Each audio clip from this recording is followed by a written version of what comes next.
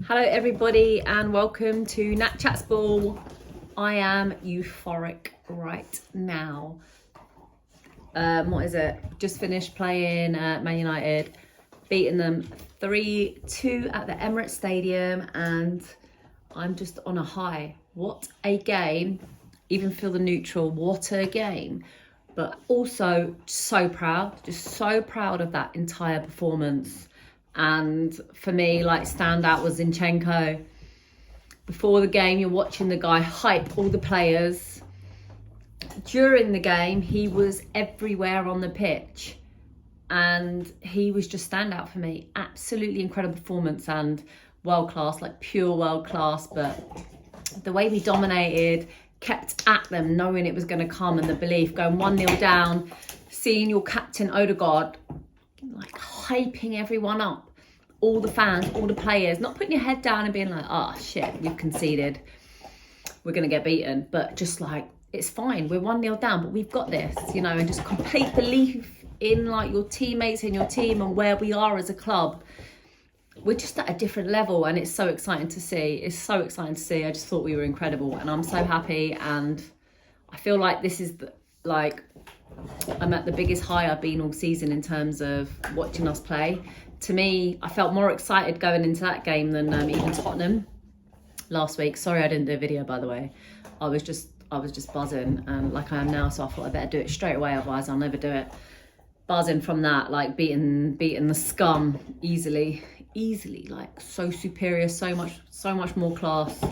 And then coming out today, going 1-0 down, and a stat popped up, I think, that like United hadn't lost the game since something ridiculous. The United hadn't lost the game in the years, 2021, I think it was, actually March 2021 maybe, from going 1-0 up. So for us to turn that around was just like, it's just like we've got a belief now, isn't it? And it's like, we all know, like I know from my Twitter followers and who I follow on Twitter, and just my timeline, that no one's being unrealistic here. And I think like rivals have to realise we are the most humble fan base, and if you know, one thing we've learned as Arsenal fan is that it's the hope that kills. Now, I predicted us second at the beginning of the season, if you watched my first video, but this game has made me really, I even hate to say it because I hate to jinx it, but for me it's like, now we have to start believing. This to me was a turning point. Man United on the best form they've been in years, probably, under a really good manager. I do think Casemiro was a big loss for them today. I thought Partey was fantastic again. Martinelli had a bit of a rough game, generally speaking. It was really sloppy, and I do wonder whether that Trossard signing has rattled him a little bit. But he's been a little bit shady for, not shady, that's harsh. Like, he's been fantastic for us, so let's not forget that. But he had a rough game, and I think maybe that Trossard signing went to his head a little bit. Trossard, by the way, when he came on, absolute fire. Freaking brilliant. Kept the ball and his footwork. Another thing that stood out for me today was Thomas Partey. Like, I know we say it every game, and Arsenal fans know he is elite, but his footwork for a big guy, a big defensive midfielder, he is so smart with his feet, and he's just a joy to watch. And obviously, kind of gets boring saying as an Arsenal fan, but I know he'll never go unnoticed for us. Saka, he is just phenomenal. Absolutely. I don't like, first half we didn't get a ball out to him enough. We didn't get out to him quick enough. When we were passing it to him, he was marked, and it just wasn't quick enough. We were really sloppy in that first half, and I think we were feeling the pressure a bit. We started a bit rattled, basically, and then soon in the second half we found our feet, and we were just so good. And like I said, Zinchenko was just magical. Saka just so dangerous, and oh my god, how good was that goal? His goal was so good, it was almost hard to believe. Sorry, my battery's gonna die.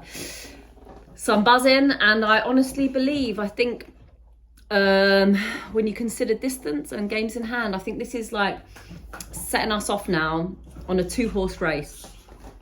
That's where we are in my head. I think we're at a 2-horse race now, and it's really quite astonishing. It's really hard to it's kind of emotional to, I think it's been so long.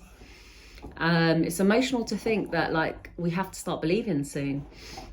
I don't want to think about negatives. I would say negatives. Gary Neville on Sky Sports, someone please get a petition going to get him off our games, because it's actually disgraceful. It shouldn't be happening. Yeah, Arsenal. Arteta on the sideline. Why is it so hard to understand?